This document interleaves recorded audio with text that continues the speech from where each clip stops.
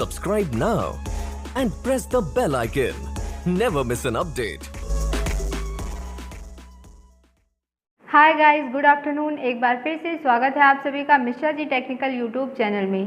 Friends, आज की video में हम प्रीवियस ईयर्स के 8वें सेट को सॉल्व करेंगे। तो वीडियो स्टार्ट करने से पहले अगर आप हमारे चैनल पर नए हैं, चैनल को सब्सक्राइब कर लीजिए, पास ही बन रहे बेल आइकन को भी प्रेस कर लीजिए, जिससे इस पर अपलोड होने वाली वीडियोज़ की नोटिफिकेशन आपको तुरंत मिल जाए। और इसके साथ ही फ्रेंड्स, आप हमारे टेलीग्राम ग्रुप को ज्वाइन कर लीजिए PDF फाइल डाउनलोड करने के लिए। तो चलिए स्टार्ट करते हैं वीडियो।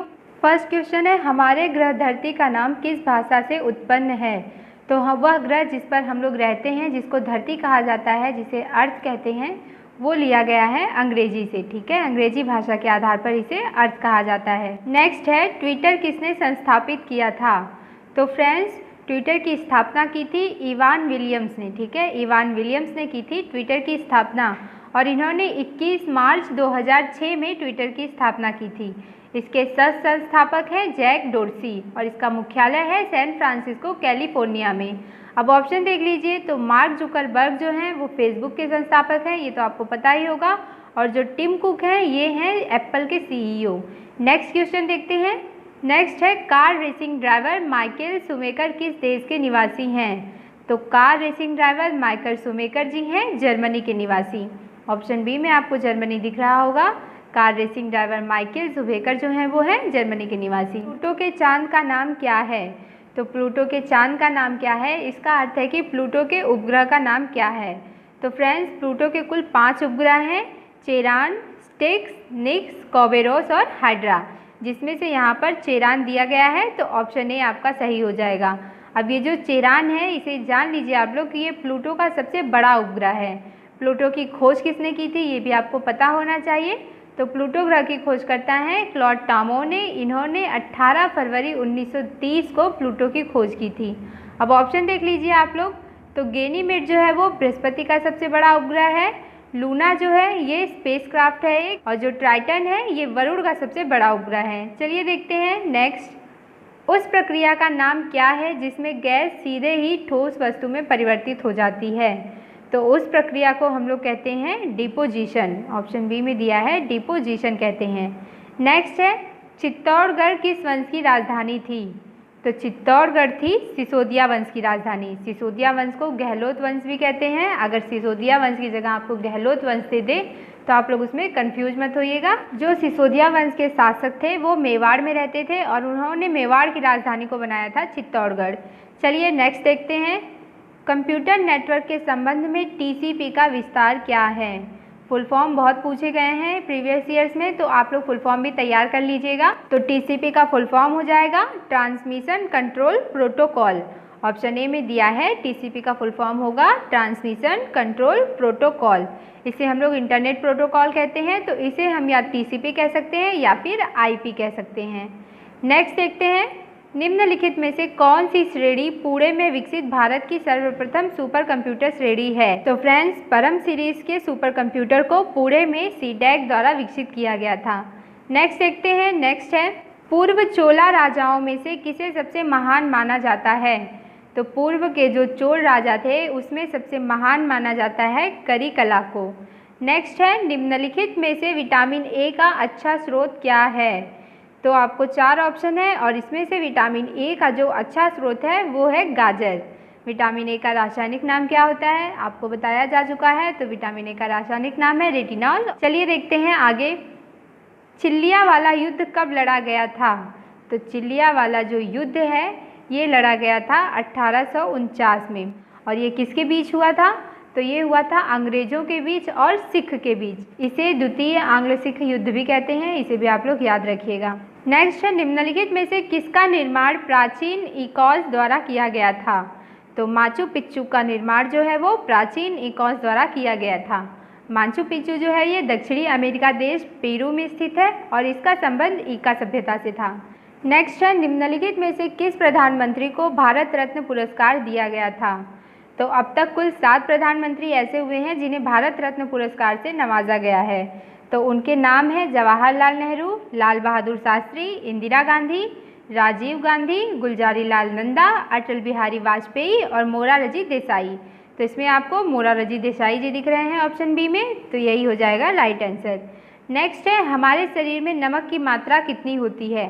तो फ्रेंड्स हमारे शरीर में नमक की मात्रा होती है 0.15%। इसके अलावा हमारे शरीर में ऑक्सीजन की मात्रा होती है 65%, कार्बन होता है 18% और हाइड्रोजन होता है 10%। चलिए देखते हैं next question. Doctrine of labs नीति किसने बनाई थी। तो डॉक्ट्रिन ऑफ लैब्स नीति बनाई थी लॉर्ड डलहौजी ने 1848 ईस्वी में। लॉर्ड डलहौजी ने 1848 ईस्वी में डॉक्ट्रिन ऑफ लैब्स नीति बनाई थी। इसे हड़प नीति भी कहते हैं। इस नीति के तहत अंग्रेज क्या करते थे, ये भारत के राज्यों को हड़प लेते थे और अपने साम्राज्य में मिला लेते थे। तो इस नीति के अनुसार सबसे पहले सतारा को अंग्रेजी साम्राज्य में विलय किया गया था। इसको आप लोग याद रखिएगा, सबसे पहले सतारा को। नेक्स्ट देखते हैं एबीओ खून प्रणाली का आविष्कार किसने किया था। तो ब्लड ग्रुप का आविष्कार किया था कार्ल लैंड-स्टीनर ने। कार्ल लैंड-स्टीनर जो है इन्हें ही ब्लड ग्रुप के आविष्कार का श्रेय दिया जाता है। इसके अलावा ब्लड ग्रुप से आप लोग कुछ चीज़ें और जान लीजिए, जैसे कि जो ओ ब्लड ग्रुप वाले होते हैं वो सर्वदाता होते हैं, वो अपना ब्लड सबको दे सकते हैं लेकिन ले सकते हैं सिर्फ ओ से। और जो AB ब्लड ग्रुप वाले होते हैं वो होते हैं सर्वग्राही, वो ले सकते हैं सबसे लेकिन वो दे सबको नहीं सकते हैं। चलिए देखते हैं नेक्स्ट क्वेश्चन। नेक्स्ट है आम आदमी पार्टी का गठन किस वर्ष में किया गया था। तो आम आदमी पार्टी का गठन किया गया था 2012 में। 26 नवंबर 2012 को आम आदमी पार्टी का गठन किया गया था और इसके नेता थे अरविंद केजरीवाल जी। नेक्स्ट है 18वीं Mercer quality of life study के अनुसार विश्व में किस शहर को रहने हेतु सर्वोत्तम मान प्रथम स्थान मिला है। तो वियना को मिला है प्रथम स्थान। वियना जो कि ऑस्ट्रिया की राजधानी है, इसे याद रखिएगा आप लोग। चलिए देखते हैं नेक्स्ट क्वेश्चन। ट्यूबरकुलोसिस के विरुद्ध मुख्यतः कौन सी वैक्सीन का प्रयोग किया जाता है। तो ट्यूबरकुलोसिस यानी कि टीबी के विरुद्ध निम्न में से किस वैक्सीन का प्रयोग किया जाता है। तो BCG का यूज़ किया जाता है ट्यूबरकुलोसिस के विरुद्ध। अब टीबी जो है ये एक जीवाणु जनित रोग है और इसके जीवाणु की खोज किसने की थी, ये भी आप लोग जान लीजिए क्योंकि कभी कभी पूछ लेता है एग्जाम में। तो टीबी के जीवाणु की खोज की थी रॉबर्ट कोच ने। नेक्स्ट है सिंगापुर का पुराना नाम क्या है। सिंगापुर का पुराना नाम था टेमासेक। ऑप्शन ए में दिख रहा है आपको, टेमासेक था सिंगापुर का पुराना नाम। नेक्स्ट है पारंपरिक थर्मोमीटर में किस तत्व जो प्राकृतिक रूप से अत्यंत जहरीला होता है का प्रयोग किया जाता है। पारंपरिक थर्मोमीटर होता है उसमें यूज़ किया जाता है मरकरी का, मरकरी यानी पारा, जिसका रासायनिक सूत्र होता है Hg। नेक्स्ट है पृथ्वी से सूर्य तक की अनुमानित दूरी की लंबाई की यूनिट क्या है। पृथ्वी से सूर्य तक की जो अनुमानित दूरी है उसकी लंबाई की यूनिट होती है एस्ट्रोनॉमिकल यूनिट। इसे AU से इंडिकेट करते हैं, AU से इंडिकेट किया जाता है एस्ट्रोनॉमिकल यूनिट को, और ये लगभग 150 मिलियन किलोमीटर होता है और पृथ्वी से सूर्य की दूरी पर आधारित होता है। चलिए देखते हैं नेक्स्ट क्वेश्चन। किसने प्रशासनिक प्रबंधन विचारधारा का प्रस्ताव प्रस्तुत किया था। तो प्रशासनिक प्रबंधन विचारधारा का प्रस्ताव प्रस्तुत किया था फ्रेडरिक टेलर ने। ऑप्शन बी में आपको दिख रहे होंगे, फ्रेडरिक टेलर ने सबसे पहले प्रशासनिक प्रबंधन विचारधारा का प्रस्ताव पारित किया था। नेक्स्ट क्वेश्चन है निम्नलिखित में से वर्ष 1979 में विकसित सर्वप्रथम सुपर कंप्यूटर कौन सा है। तो क्रे फर्स्ट है सबसे पहला विकसित सुपर कंप्यूटर जिसे 1979 में विकसित किया गया था। नेक्स्ट क्वेश्चन देखते हैं निम्नलिखित में से कौन से विकल्प में भारत के उपराष्ट्रपति बनने हेतु अर्हता नहीं है। तो 4 ऑप्शन है, इसमें से जो रॉन्ग ऑप्शन है ये है आपका ऑप्शन सी, लोकसभा की सदस्यता का धारक। ये आवश्यक नहीं है उपराष्ट्रपति बनने के लिए। बाकी उपराष्ट्रपति बनने की जो योग्यता होती है उसे भारत का नागरिक होना चाहिए, 35 वर्ष की आयु पूरी कर लेनी होनी चाहिए और राज्यसभा की सदस्यता का धारक यानी उसमें राज्यसभा का सदस्य बनने की योग्यता होनी चाहिए, क्योंकि राज्यसभा का जो पदेन सभापति होता है वही होता है उपराष्ट्रपति। नेक्स्ट है निम्नलिखित में से विमल शाह द्वारा निर्मित संगमरमर का मंदिर कौन सा है। तो विमल शाह द्वारा निर्मित संगमरमर का मंदिर है दिलवाड़ा मंदिर। ऑप्शन ए में आपको दिख रहा है दिलवाड़ा मंदिर है जो उसे विमल शाह ने बनवाया था। नेक्स्ट है भारत में निम्नलिखित में से कौन से राज्य में सर्वाधिक क्षेत्र मैंग्रोव के तहत आते हैं। तो भारत के पश्चिम बंगाल में सबसे ज़्यादा क्षेत्र जो है वो मैंग्रोव के तहत आते हैं। नेक्स्ट है फ्री स्टाइल शब्द किस खेल से जुड़ा हुआ है। तो तो फ्री स्टाइल फ्रेंड्स जो जुड़ा हुआ है वो है तैराकी से। तैराकी खेल से संबंध है फ्री स्टाइल शब्द का।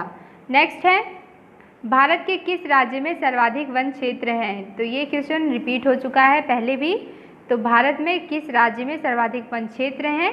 मध्य प्रदेश में। ऑप्शन बी में दिया है, मध्य प्रदेश में सबसे ज़्यादा वन पाए जाते हैं। नेक्स्ट है, ब्रिक्स डेवलपमेंट बैंक को अब यह नाम दिया गया है। तो ब्रिक्स डेवलपमेंट बैंक का नाम बदल करके रख दिया गया है न्यू डेवलपमेंट बैंक, और इसकी स्थापना हुई थी 15 जुलाई 2014 में, और इसका मुख्यालय है संघाई में। नेक्स्ट क्वेश्चन देखते हैं, एक चम्मच जो टेढ़ा दिखता है किसका उदाहरण है? तो एक चम्मच जो कि ऊपर से सीधा होता है, नीचे आके थोड़ा सा टेढ़ा हो जाता है, तो वो उदाहरण होता है अपवर्तन का। नेक्स्ट है, मास प्रति यूनिट वॉल्यूम क्या है? तो मास प्रति यूनिट वॉल्यूम बराबर घनत्व। ऑप्शन सी में दिया गया है, घनत्व बराबर होता है द्रव्यमान बटे आयतन। द्रव्यमान का मात्रक होता है किलोग्राम और आयतन का मात्रक होता है मीटर क्यूब, यानी कि घनत्व का मात्रक हो जाएगा द्रव्यमान बटे मीटर क्यूब। इसके अलावा बल, कार्य और दबाव को भी देख लीजिए आप लोग। तो बल बराबर होता है द्रव्यमान गुणे त्वरण, और कार्य बराबर होता है बल गुणे विस्थापन, और दबाव बराबर यानी कि दाब बराबर होता है बल बटे क्षेत्रफल। नेक्स्ट देखते हैं, तलवार जैसी चोंच वाले हमिंग बर्ड के बारे में विशेष क्या है? तो तलवार जैसी चोंच होती है हमिंग बर्ड की, और इसके बारे में विशेष बात क्या है? यह विश्व की सबसे छोटी चिड़िया होती है। ठीक है, जो हमिंग बर्ड है ये विश्व की सबसे छोटी चिड़िया होती है, और ये उत्तरी अमेरिका में पाई जाती है। नेक्स्ट है, रेडियो सक्रियता का आविष्कार किसने किया था? तो फ्रेंड्स, रेडियो सक्रियता का आविष्कार किया था हेनरी बैकुरल ने। और रेडियो सक्रियता क्या होती है? तो जब कोई भी तत्व स्थायित्व प्राप्त करने के लिए अल्फा, बीटा और गामा किरणों का उत्सर्जन करते हैं, तो इसी प्रक्रिया को हम कहते हैं रेडियो सक्रियता, और इसका सबसे पहले पता लगाया था हेनरी बैकुरल ने।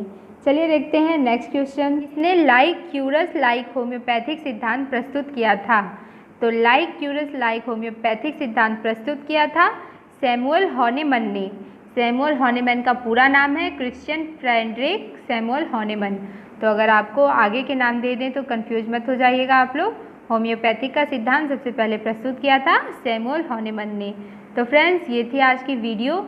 इसमें हमने 8वें सेट को सॉल्व किया है। अगर आपने इससे पहले की वीडियो नहीं देखी है तो नीचे प्लेलिस्ट दिया हुआ है, आप वहां जाकर के सारी वीडियो को वॉच कर सकते हैं। इसके अलावा फ्रेंड्स, अगर आप हमारे चैनल पर नए हैं तो चैनल को सब्सक्राइब कर लीजिए, बेल आइकन को प्रेस कर लीजिए तुरंत नोटिफिकेशन पाने के लिए, और टेलीग्राम ग्रुप को ज्वाइन कर लीजिए PDF फाइल डाउनलोड करने के लिए। तो फ्रेंड्स, अगर आपको वीडियो अच्छी लगी हो तो इसे लाइक करिए और अपने दोस्तों के पास इसे शेयर भी करिए। तो आज के लिए बस इतना ही, नेक्स्ट डे फिर मिलेंगे। तब तक आप लोग अपना ख्याल रखिए and bye bye. Subscribe now and press the bell icon. Never miss an update.